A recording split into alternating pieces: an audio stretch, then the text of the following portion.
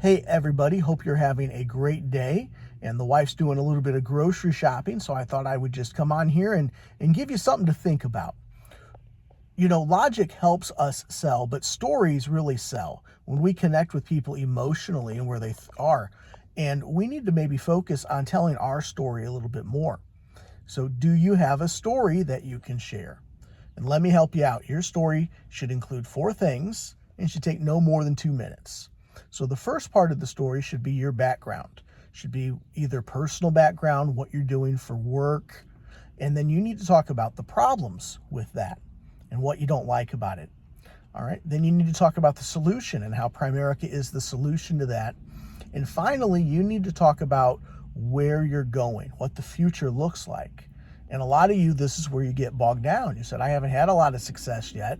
I'm not where I want to be. Well, hey, none of us are where we want to be, but we need to talk about where we're going to instead of focusing what we're going through. Okay, so let me give you an example. So with me, I had a coffee shop empire and I ran coffee shops, and that was great. But the problem with that was that I was never home. I never had freedom of time. I had to cover, I had to pay people, and they may or may not show up and they may or may not do a good job. And I was exhausted. And I really couldn't expand because I was a one-man show, really. So there's my background, and there is some of the problems. So where's the solution? Well, Primerica, I can build a team, and those people can build teams and be independent of what I do, and I can earn passive residual income. I can also work when I want to work and not work when I don't want to work. So because of that, I don't miss birthday parties or weddings or anything that I used to miss because I always had to work. Okay, so Primerica's given me the freedom that I deserve. And that may not resonate with everybody, but that's going to resonate with some people. So where am I going to? Well, I'm going to open my own office, and I'm going to make $100,000 a year without really working, right? I'm going to have that residual, and that's what we're working toward.